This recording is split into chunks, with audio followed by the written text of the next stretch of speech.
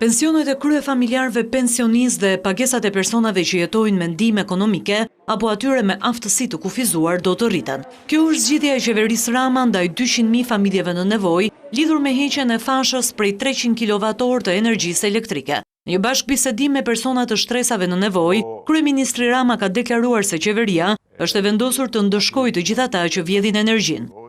Ne po përgatitemi që të rrisim pensionet e gjithë pensionistëve kryefamiljar, që konsiderohen shtresa më e dobët dhe më e prekshme me njëherë nga heqja e fashës, dhe të rrisim pagën e ndihmës ekonomike për gjithë personat dhe familjet që jetojnë në ndihmë ekonomike, dhe të rrisim pagën e mbështetjes që marrin gjithë personat me aftësi të kufizuar.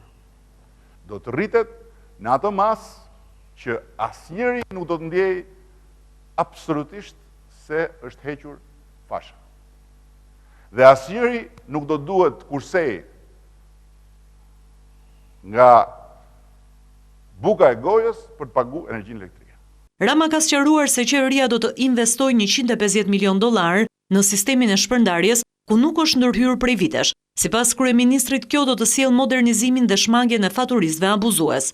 Ne ditën e hënë do të firmosim për të marrë $150 milion e parë mbështetje financiare që të investojmë në sistem, të bëjmë një kapërzim të madh, të kalojmë nga ky sistem i matjes dhe i leximit në një sistem matje dhe leximi që fal teknologjisë e bën faturistin shumë më të parëndësishëm dhe të panevojshëm dhe bën leximin në mënyrë kompjuterike. Kryeministri ka quajtur abuzime deklaratat lidhur me ndryshimin e skemës së pagesës së energjisë elektrike për shkak të konfliktit me ÇEZ. Për Ramën, heqja e fashës prej 300 kWh nuk do të rëndojë në xhepat e qytetarëve, pasi kjo skemë është bërë për t'u hequr mburojën atyre që vjedhin energjinë. Kryeministri deklaroi gjithashtu se nuk do të ekzistojnë më faturat a forfait.